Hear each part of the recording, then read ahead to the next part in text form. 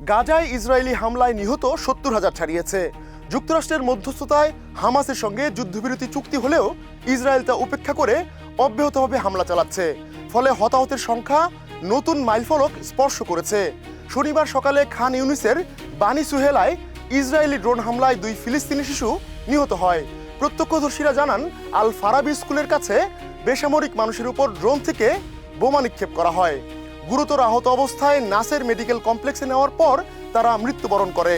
সূত্র অনুযায়ী হামলার স্থানটি যুদ্ধবিরতি চুক্তির নির্ধারিত ইয়েলো লাইনের বাইরেই ছিল।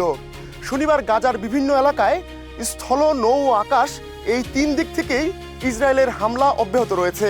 জীবন অবাক না করলে কে করবে? 28% মিল্ক ফ্যাটের অবাক করার সাথে ফ্রেশ মিল্ক পাউডার। জীবন অবাক করুক প্রতিদিন। গাজার স্বাস্থ্য মন্ত্রণালয়ের তথ্য বলছে, 7 অক্টোবর 2023 সাল থেকে এখন পর্যন্ত নিহতের সংখ্যা ৭০,১০০ ছাড়িয়েছে। আহত হয়েছে 1,70,000-এর বেশি মানুষ।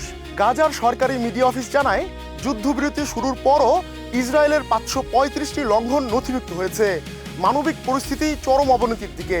প্রশ্ন উঠছে, হামলা বন্ধ না করলে তবে কেন যুদ্ধবিরতি চুক্তি?